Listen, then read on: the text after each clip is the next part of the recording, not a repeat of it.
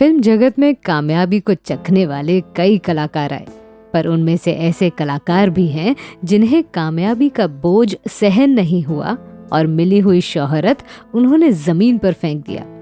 किसी ने सही कहा है, कामयाबी हासिल करना आसान है, पर उसे संभाल के रखना बहुत ज्यादा मुश्किल होता है। ये सिर्फ फिल्म जगत की कहानी नहीं, ये नियम सभी क्षेत्र में लागू है। मैं हूं अनामिका, स्वागत है आपका अपने चैनल में जिसका नाम है biography and real life story. आज मैं ऐसे ही चर्चित एक्ट्रेस की कहानी सुनाने जा रही हूं जिसे रंजीता इस नाम से प्रसिद्धि मिली थी। नहीं लैला नहीं, तुम्हें जाना होगा कैस, वरना तुमसे पहले मैं अपनी जान दे दूंगी। तुम्हें मेरी कसम, अगर तुम ये शहर छोड़कर नहीं गए तो मरी हुई लैला का मुंह देखो। लैला, मुझ पर ये सितम न ढाओ लैला। हाँ, मैं तुम्हारी हर मुलाकात मेरे लिए पहली बनती गई, लेकिन आज की मुलाकात आखिरी मुलाकात है। मैं समझा नहीं। वही समझाने आई हूँ, तुम एक खूनी हो, दरिंदे हो। अपनी जान बचाने के लिए अगर किसी का खून करना। डॉक्टर वर्मा ने तुम्हारा क्या बिगाड़ा? एक जमाने में उनके घर के बाहर फिल्म निर्माताओं की लाइन लगती थी, पर ऐसा क्या किया इस एक्ट्रेस ने जिसके चलते दर्शकों ने इन्हें भुला दिया? तो चलिए कहानी की शुरुआत उनके बचपन से करते हैं। 22 सितंबर 1956 को रंजीता रॉबी कौर का जन्म पंजाब स्थित पटियाला में एक सिख परिवार में हुआ था। उनके पिताजी निरंजन सिंह कौर सरकारी विभाग में नौकरी किया करते थे। साथ ही रंजीता की माताजी हरबंस घर की देखभाल किया करती थी। रंजीता कौर बचपन से ही बड़ी होशियार और खूबसूरत रही हैं। उनकी प्राथमिक शिक्षा शिमला के एक कॉन्वेंट स्कूल में हुई। रंजीता का बचपन जिस दौर में बीता, उसे फिल्म जगत के सुनहरे समय का आखिरी चरण माना जाता है, और तब तक हिंदी सिनेमा भारत के कोने कोने में फैल गया था। फिल्म जगत की रोशनाई से युवा वर्गों में कमाल की दिलचस्पी थी और खूबसूरत हीरो हीरोइन से लोग प्रभावित हुआ करते थे।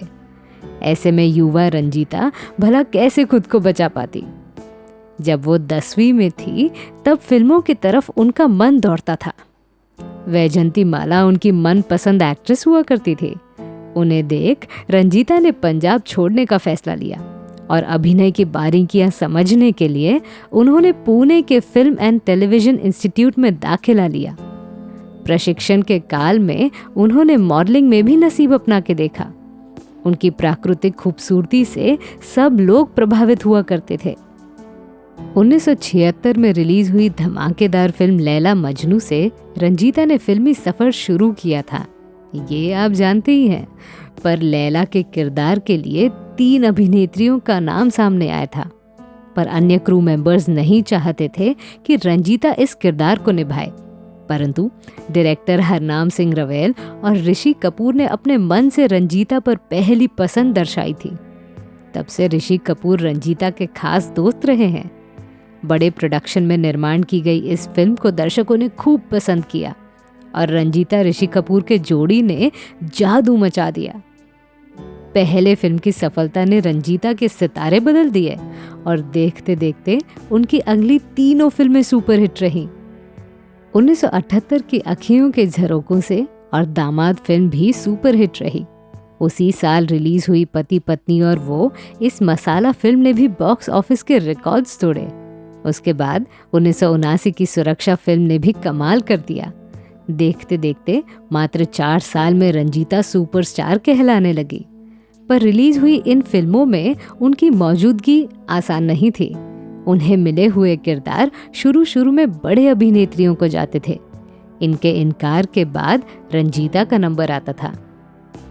एक इंटरव्यू में रंजीता बताती हैं कि राजश्री के सर्वासर्वी श्री ताराचंद जी को सब ने कह दिया था कि अखियों के झराकों से इस फिल्म के लिए रंजीता योग्य नहीं है, पर ताराचंद जी को रंजीता पर पूरा भरोसा था। इसी भरोसे के दम पर ये फिल्म उस साल की सबसे बड़ी हिट कहलाई। दरअसल इस किरदार को अभिनेत्री सारिका निभाने वाली थी। पति पत्नी और वो, इस फिल्म को लेकर भी रंजीता के साथ ऐसा ही कुछ हुआ था। विद्या सिन्हा और संजीव कुमार ने अन्य अभिनेत्री को पसंद किया था, पर फिल्म के डायरेक्टर B.R. चोपड़ा ने सिर्फ रंजीता पर भरोसा जताया। अंततः ये फिल्म भी हिट रही। पर जैसे कि मैंने वीडियो की शुरुआत में बताया, कामयाबी को संभाल के रखना बहुत मुश्किल होता है। रंजीता के साथ भी यही हुआ। मिथुन चक्रवर्ती के साथ ताराना और सुरक्षा, इस 2 हिट फिल्मों में काम करने के बाद उनका नाम मिथुन के साथ लिया जाता था। अफवाह ये फैल गई कि ये दोनों एक दूसरे से प्यार करते थे, पर सीमित काल के लिए चली इस अफवाह के बाद भी रंजीता के पास मौका था।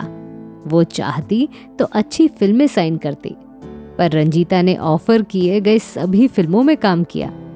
नतीजा ये निकला कि लगातार फिल्में फ्लॉप होने लगी और उनका चमकता सूरज डूबने लगा।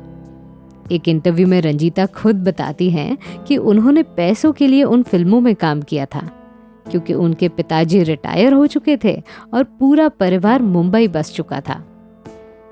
पर हम ये भी बोल नहीं सकते कि उनकी सभी फिल्में फ्लॉप रही। 80 के दौर में उन्होंने अमिताभ बच्चन जैसे स्टार अभिनेता के साथ भी काम किया। सत्ते पर सत्ता, हमसे बढ़कर कौन, आदत से मजबूर, बाजी, गुनाहों के देवता, ये वो फिल्में हैं जिसके बदौलत रंजीता का करियर संवरने लगा था। पर फिल्म इतिहासकार मानते हैं कि उस दौर में नई नई अभिनेत्रियों की लगातार एंट्री पुराने अभिनेत्रियों के लिए सिर दर्द था। खुद रंजीता कौर ने भी पुराने अभिनेत्रियों को टेक ओवर किया था, पर कुछ साल के बाद ऐसी परिस्थितियां बनी जहां रंजीता को अन्य अभिनेत्रियां टेक ओवर करने लगी और नतीजन 90 का दशक शुरू होते ही रंजीता ने फिल्म जगत से संन्यास लिया। रंजीता पर बढ़ते उम्र का भी बोझ नहीं था। उन्होंने संन्यास लिया था तब वो बस 36 साल की थी। तब भी वो खूबसूरत थी और अभिनेत्री कहलाने के लिए योग्य थी। कहा यह भी जाता है कि शादी के बाद वो अभिनय नहीं करना चाहती थी, क्योंकि 1990 के साल में ही उन्होंने राज मसंद से शादी की थी।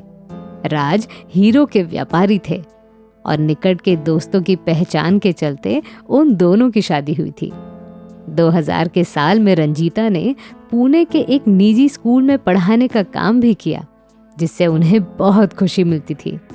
उनके बेटे का नाम स्काई मसंद है, जिसकी पढ़ाई के लिए रंजीता ने कुछ समय अमेरिका में भी बिताया। 2005 में रंजीता ने अनजाने द अननोन इस फिल्म के साथ अपना फिल्मी जीवन दोबारा शुरू किया था, पर दर्शकों ने इस फिल्म को ज़्यादा पसंद नहीं किया। इस वजह से रंजीता को यकीन हो गया कि अब उनका जादू नहीं चलेगा। पर फिर भी मिथुन चक्रवर्ती और सचिन के साथ उन्होंने 2 फिल्में की, जाना पहचाना और जिंदगी तेरे नाम। ये 2 फिल्में कब आई और कब गई किसी को कानों कान खबर नहीं मिली। इसके बाद रंजीता ने कभी किसी फिल्म में काम नहीं किया। एक इंटरव्यू के दौरान उन्हें कहा गया कि आप टेलीविजन के लिए काम क्यों नहीं करती। इस पर रंजीता का जवाब दिल छू लेता है। वो कहती हैं कि उन्हें पुरानी यादों में रहना है। पुराने दिन बहुत अच्छे थे। तब फिल्मों में शुद्धता थी, ग्लैमर कम था, को स्टार्स एक दूसरे को मदद किया करते थे। पर आज के ज़माने में फिल्म निर्माण की प्रक्रिया बदल चुकी है। अब वो बात नहीं है जो पहले हुआ करती थी। अगर वो टेलीविज़न के लिए काम करेगी तो उनकी पुरानी यादें मिटने लगेंगी। आज रंजीता अपने बेटे और पति संग पुणे में रहती हैं। 2019 के साल में उनके घर तनाव का माहौल था, पर अब सब ठीक है। आज रंजीता जी भले ही फिल्म जगत से दूर हैं, पर आज भी लैला के रूप में जीवित हैं और हमेशा जीवित रहेंगी। तो मैं थी आपकी अनामिका। मेरी सुनाई हुई कहानी आपको कैसी लगी ये हमें कमेंट सेक्शन में ज़रूर बताइएगा, और हमारे channel biography and real life stories को सब्सक्राइब करना न भूलें। नमस्कार।